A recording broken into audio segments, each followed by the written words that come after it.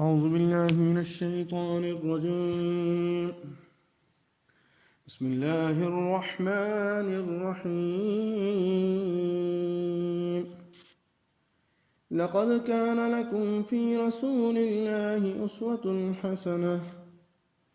صدق الله المولانا العظيم. شرکت میں معاملہ کرنا اور پارٹنرشپ میں بزنس کرنا، گویا کہ دوسرے الفاظوں میں پارٹنرشپ میں بزنس کرنے کے سلسلے میں رسول اللہ صلی اللہ علیہ وسلم کا اسوہ کیا ہے؟ تو مشکات نے حضرت صہیب رضی اللہ تعالیٰ عنہ سے ایک روایت نقل کی کہ سرکار دو عالم صلی اللہ علیہ وسلم نے فرمایا کہ 3 چیزوں میں برکت ہے۔ مقرر شدہ وقت تک بیچنے میں جو ہے برکت ہے۔ نمبر 2، شرکت کے کام یعنی مضاربت میں بھی برکت ہے۔ اور تیسرے نمبر پر گھر میں جو کھانا کھایا جائے اس میں جو ملانے، یعنی گیہوں کا جو آٹا ہے اس گیہوں کے آٹے میں تھوڑے سے جو ڈال دو تو اس میں گیہوں میں جو ملانے میں فرمایا بھی برکت ہے۔ تو 3 چیزوں کے اندر جو ہے برکت کا جناب رسول اللہ صلی اللہ علیہ وسلم نے ارشاد فرمایا۔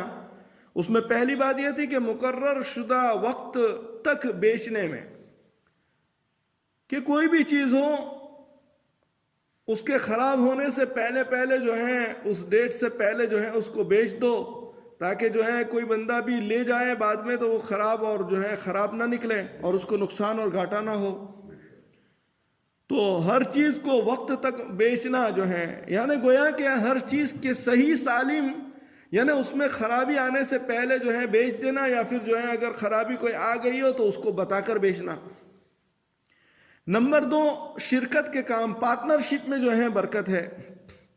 اور نمبر 3، گھر میں جو آدمی آٹا کھاتا ہے اس آٹے میں جو ہے گیہوں کے آٹے میں تھوڑا سا جو کا آٹا ملانا، فرمایا اس میں برکت ہے۔ تو برکت کے سلسلے میں امام بخاری علیہ الرحمہ نے بھی ایک واقعہ نقل فرمایا کہ حضرت زہیر ابن معبد تابعی رحمت اللہ علیہ کی روایت میں ہے کہ ان کے دادا حضرت عبداللہ ابن ہشام کو ان کے بچپن ہی میں ان کی والدہ زینب بنت حمید رضی اللہ تعالی عنہ رسول اکرم صلی اللہ علیہ وسلم کی خدمت میں لے کر حاضر ہوئی اور درخواست کی کہ میرے اس بچے کو بیعت فرما لے، چھوٹا سا بچہ ہے۔ تو سرکار دو عالم صلی اللہ علیہ وسلم نے فرمایا کہ بیعت کرنے کے لیے اس کی عمر بہت کم ہے، ابھی تو چھوٹا سا بچہ ہے۔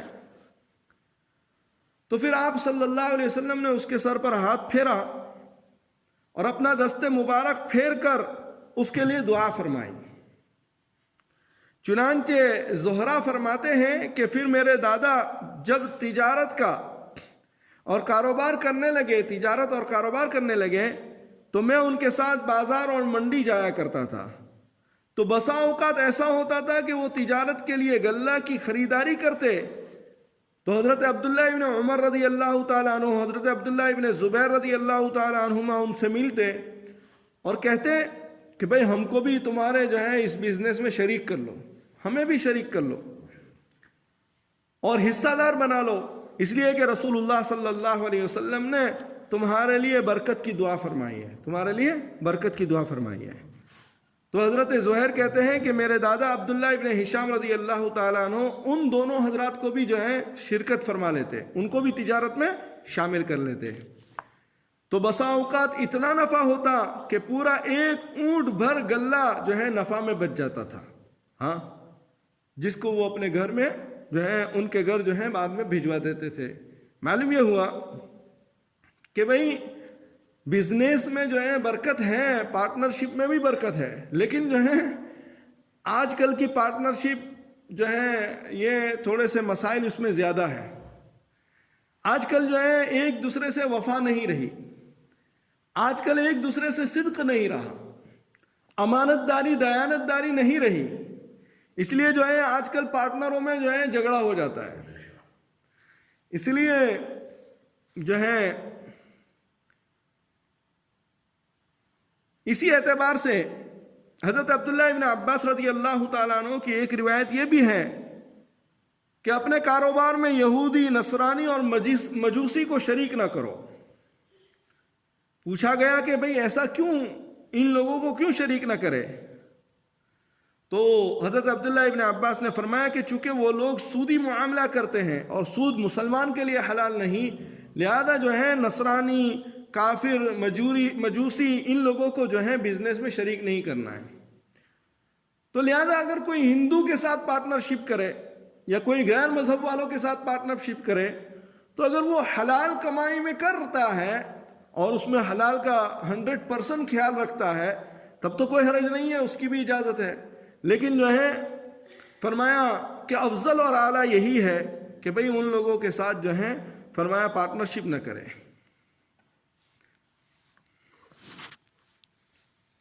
اسی طرح آج کل بہت سارے مسلمان بھی جو ہے سودی کاروبار کرتے ہیں. تو اگر جو ہے کوئی اس طرح کا پارٹنر ہو جو سودی کاروبار کر رہا ہے تو پھر اس کو جو ہے اپنے بزنس میں شریک نہیں کرنا ہے، اپنے بزنس میں شریک نہیں کرنا ہے. مثال کے طور پر ہے تو دونوں مسلمان، لیکن ایک جو ہے سود کا کام بھی کرتا ہے، سود پر پیسے لیتا ہے، سود پر اس نے جو ہے چیزیں چڑھائی ہے. فرمایا ایسے بندے کو پھر پارٹنرشپ میں شریک نہیں کریں گے، ایسے بندے کو پارٹنرشپ میں شریک نہیں کریں گے.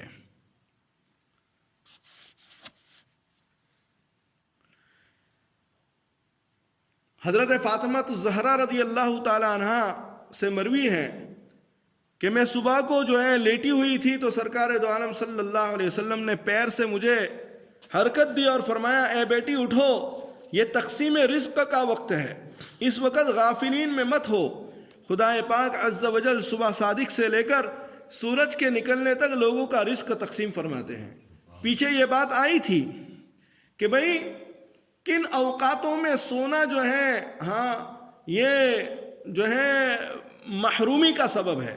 تو فرمایا کہ فجر کے بعد سے لے کر سورج کے نکلنے تک کا سونا جو ہے یہ انسان کے محرومی کا سبب ہے، اس میں نہیں سونا چاہیے. کوشش کرنی چاہیے کہ بھئی وہاں تک ذکر و اذکار کرتے رہے اور پھر اس کے بعد جو ہے ذکر و اذکار کرنے کے بعد جو ہے پھر سو جائے. اس لیے دیکھو حضرت فاطمہ الزہرا رضی اللہ تعالی عنہا حضور اکرم صلی اللہ علیہ وسلم کے جگر کا ٹکڑا، دل کا ٹکڑا. حضور نے فرمایا کہ جس نے فاطمہ کو تکلیف پہنچائی اس نے مجھ محمد صلی اللہ علیہ وسلم کو تکلیف پہنچائی. لیکن اللہ کے رسول صلی اللہ علیہ وسلم جو ہے ان کو تو بیدار کر رہے ہیں. تو آج کل جو ہے ہم لوگ اپنی اولادوں کو نہیں اٹھاتے، کہتے ہیں سنے دو. ہاں بھائی کیا ہماری اولاد نبی کی اولاد سے بڑی ہوئی ہے؟ ہاں نبی علیہ الصلوۃ والسلام تو اپنی اولاد کو بیدار کر رہے ہیں کہ اٹھاؤ، یہ ٹائم جو ہے برکت کا ہے، غفلت کا نہیں ہے. فرمایا یہ تو جو ہے حاصل کرنے کا ہے، رزق کے تقسیم ہونے کا وقت ہے. لہذا جو ہے ان بات کا خیال رکھا جائے. اور حضرت عثمان غنی رضی اللہ تعالیٰ عنہ سے مروی ہے کہ آپ صلی اللہ علیہ وسلم نے فرمایا کہ صبح کا سونا رزق کو روک دیتا ہے. فرمایا جو آدمی صبح سونے کا عادی ہونا، فرمایا اس کے رزق میں برکت نہیں ہوتی، اس کے رزق میں برکت نہیں ہوتی. صبح کا سونا جو ہے رزق اور معیشت کی برکت کو جو ہے ختم کر دیتا ہے. اور مزید یہ ہے کہ صحت کے لیے بھی یہ مضر ہے اور اس سے کسل اور سستی پیدا ہوتی ہے. اسی طرح حضرت نافع ابن سمورہ رضی اللہ تعالیٰ عنہ کا بیان ہے کہ میں شام اور مصر سامان بھیجا کرتا تھا، میں اسے چھوڑ کر عراق بھیجنا شروع کیا. پہلے میں کہاں اپنا بزنس کرتا تھا، بزنس سامان جو ہے بزنس کے لیے شام اور مصر جو ہے بیچتا تھا. پھر میں نے جو ہے وہ چھوڑ کر جو ہے عراق بھیجنا شروع کیا. تو ام المؤمنین حضرت عائشہ رضی اللہ تعالی عنہا کے پاس آیا تو میں نے بتایا کہ پہلے میں شام اور جو ہے مصر جو ہے تجارت کا سامان جو ہے بھیجا کرتا تھا اور اب میں نے اس کو بدل کر تھوڑا سا عراق کی طرف بھیجنا شروع کر دیا. تو حضرت عائشہ رضی اللہ تعالی عنہ نے فرمایا کہ تم کو اور تمہاری تجارت کو کیا ہو گیا، تمہیں اور تمہاری تجارت کو کیا ہو گیا. میں نے رسول پاک صلی اللہ علیہ وسلم سے سنا کہ اللہ پاک جب کسی طریقے اور راستے سے رزق دے رہا ہو تو اسے نہیں چھوڑنا ہو تاوقت کہ اس میں کوئی نمایاں تغیر اور خرابی واقع نہ ہو یا نقصان نہ ہو جائے. اس لیے جو روزی چل رہی ہے اس کو کبھی لات نہیں مارنا ہے. چلتی روزی کو لات نہ مارو، یہ ہمارے یہاں کہا کرتے ہیں بوڑھے لوگ، چلتی روزی کو لات نہ مارو. تو اس کے پیچھے جو ہے جناب رسول اللہ صلی اللہ علیہ وسلم کا ارشاد بھی ہے. امام احمد ابن ماجہ اور مشکاۃ شریف نے بھی اس روایت کو نقل کیا ہے. مطلب یہ ہے کہ جب ایک راستے سے رزق حاصل ہو رہا ہو تو بلا کسی خاص اور معقول وجہ کے محض احتمال اور امید پر اسے نہیں چھوڑنا چاہیے. ہاں، اور ایسا ہو سکتا ہے کہ احتمال اور امید والا راستہ کامیاب نہ ہو، اس سے رزق نہ مل سکے تو ہر طرف سے محرومی ہونے کی وجہ سے انسان کو شدید پریشانی ہوتی ہے. اس سے معلوم ہوا کہ لگے ہوئے اسباب رزق اور معیشت کو آدمی کو چھوڑنا نہیں چاہیے تاوقت کہ اس میں گھاٹا، نقصان، خسارہ جو ہے ظاہر نہ ہونے لگے یا دیگر ذہنی اور خارجی کلفتوں اور پریشانیوں کا باعث نہ ہو جائے. تو اسی طرح ملازمت خواہ کسی دینی یا دنیاوی جائز امور سے متعلق ہو، معمولی باتوں پر آدمی کو ملازمت بھی نہیں چھوڑنا چاہیے کہ وہ فلاں نے یہ کہہ دیا، فلاں نے یہ کہہ دیا. فرمایا یہ خدا کی لگی نعمت کی ناشکری ہے جو اللہ رب العزت کو پسندیدہ نہیں ہے. اور اگر کسی مجبوری کی بنا پر چھوڑنے کی نوبت آ جائے تو پھر جو ہے اس میں پریشان ہونے کی کوئی ضرورت نہیں ہے، اس لیے کہ مسبب الاسباب تو حق تعالی شانو ہیں، تمام چیزیں اس کے قبضے قدرت میں ہیں. اسی لیے وہ اور سبب کھول دے گا. اگر کوئی مجبوری آ گئی تو کوئی حرج نہیں، سنجیدگی کے ساتھ آدمی کو رزق کی تلاش میں لگے رہنا چاہیے. اور حضرت عائشہ رضی اللہ تعالی عنہ کی ایک روایت میں ہے کہ اللہ پاک جب کسی کے رزق کے دروازے کو کھولتے تو اسے چاہیے کہ وہ اس سے لگا رہے، یعنی اسے چھوڑے نہیں. اور حضرت انس رضی اللہ تعالیٰ عنہ سے بھی ایک روایت ہے کہ اللہ پاک رزق دے تو اس کو لازم پکڑے رکھے، اس کو چھوڑے نہیں.